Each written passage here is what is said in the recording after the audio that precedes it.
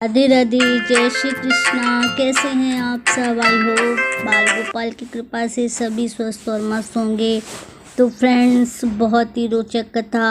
1 लाख पूत 1.25 लाख नाती, जिनके घर में दिया न बाती। तो फ्रेंड्स, आज मैं भगवान श्री कृष्ण के परिवार के विषय में बात करूंगी, आपको अवगत कराऊंगी। अगर आपको पसंद है तो प्लीज़ चैनल को सब्सक्राइब कर दीजिएगा। फ्रेंड्स, श्री कृष्ण जी का इतना बड़ा परिवार था और आज उनके परिवार में कोई नहीं है। भगवान श्री कृष्ण की भी मृत्यु एक श्राप के कारण हुई, जो कि उनका परिवार, यादव परिवार, भगवान श्री कृष्ण का ऋषि दुर्वासा जी के साथ मजाक किया और उस मजाक का परिणाम उन्हें बहुत बुरा भुगतना पड़ा। फ्रेंड्स, एक बार भगवान श्री कृष्ण के परिवार को एक मजाक सूझा और उन्होंने भगवान श्री कृष्ण का जो नाती थे वो बहुत ही खूबसूरत थे।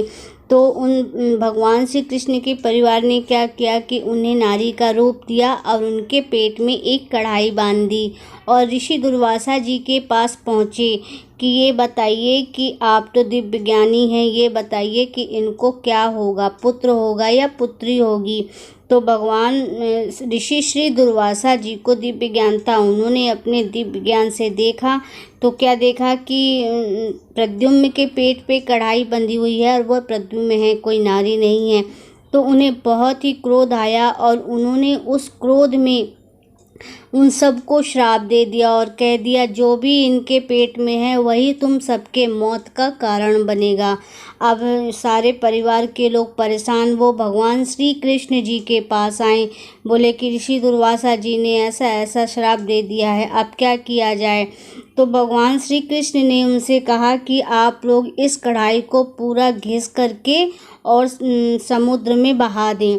तो उन्होंने किया, यही पूरी कढ़ाई को एकदम घिस के कीचड़ बना दिया और उस कढ़ाई को उन्होंने समुद्र में बहा दिया। लेकिन कढ़ाई की एक पतली सी रॉड बच गई थी, तो उसे भी उन्होंने समुद्र में फेंक दिया।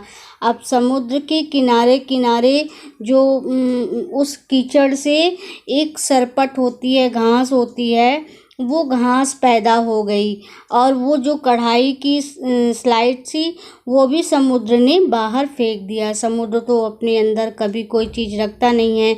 तो उस जो घास जो पैदा हुई, उस घास को सारे यदुवंशी आपस में किसी बात में लड़ करके उसी घास को उन्होंने उखाड़ उखाड़ करके और एक दूसरे को मार मार के सारे यदुवंशियों की मृत्यु हो गई। वो घास फ्रेंड्स लोहे की राड बन गई और सभी के मृत्यु का कारण वो कढ़ाई वाले कीचड़ वाले घास से हुई। तो उनका ये श्राप तो उन सब पे भारी पड़ा। अब भगवान श्री कृष्ण जब सभी की मृत्यु हो गई और वे अकेले अपने पेड़ के नीचे बैठ के मधुर मुरलिया बजा रहे थे, वहीं एक बहेलिया था जो वो लोहे की रॉड प्लेट जो है छोटी सी मिल गई। उसने उस प्लेट को ला करके अपनी जो बाण होती है उसमें उसने लगा दिया। अब एक दिन वो बहेलिया शिकार करने के लिए निकला, तो जब भगवान श्री कृष्ण बांसुरी बजा रहे थे, आराम की मुद्रा में बैठे हुए थे, तभी उस बहेलिया को भगवान के जो पैर थे, चरण थे, उनके चरण में पद्म का चिन्ह था।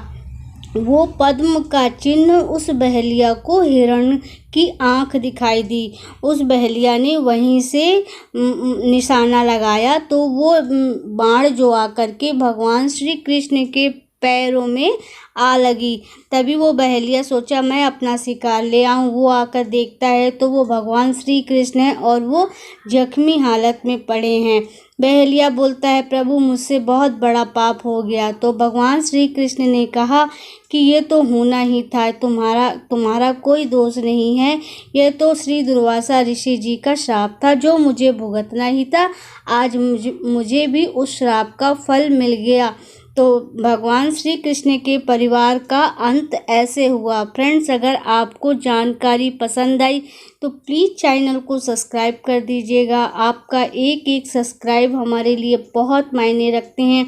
अपना बहुत ख्याल रखिएगा। फिर मिलते हैं एक नए वीडियो के साथ। जय श्री कृष्णा, राधे राधे।